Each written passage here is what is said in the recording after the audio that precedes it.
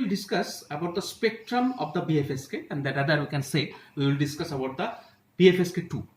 So if you remember our previous class, we have already derived the expression for the S of t. S of t is the modulated signal regarding the BFSK, and the expression was S of t equals to root over 2 ps pht cos of 2 pi fht plus root over 2 ps plt cos of 2 pi flt.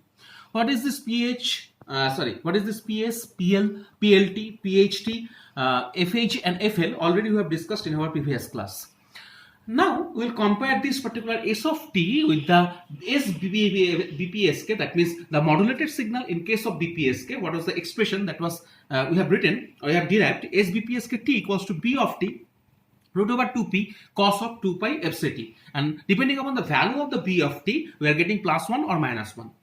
We may write down the pht equals to half plus half p dash ht, and similarly plt equals to half plus half p dash lt.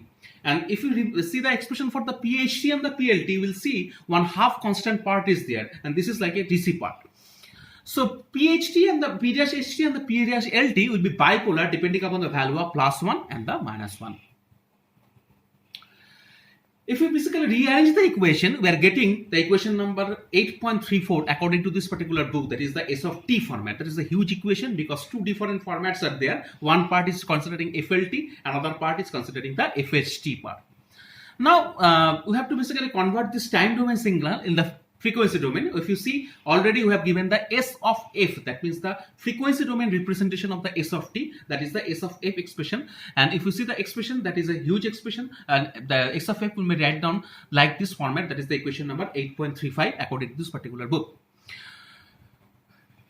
That is the spectrum we have basically talked about. That is the power spectral density of the PSD in case of BFSK signal. If you see, two different FH and the FLs are there. Depending upon the central frequency FC, we are getting the FH and FL, and one x-axis is obviously the frequency axis, y-axis we are getting the S of f. That means in this case we are getting the S FSK f.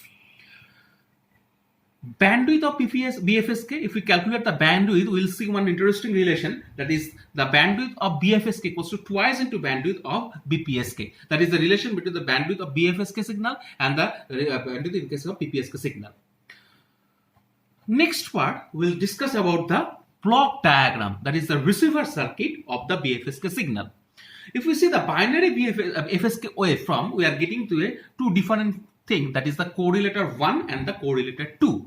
And in case of correlator 1, the one central frequency, one particular carrier frequency, suppose FC1 we are using, and in case of correlator 2 we are using the central or the carrier frequency FC2. And if we see, after this particular giving this FSK and the cosinusoidal signals to both the correlators, we are using the integrator, two integrators for the different two correlators we are using. And after that, the last block diagram, we are basically using one comparator, and depending upon the comparator output, we shall decide that which signal is we are giving the symbol 1 and which are basically giving the symbol 0.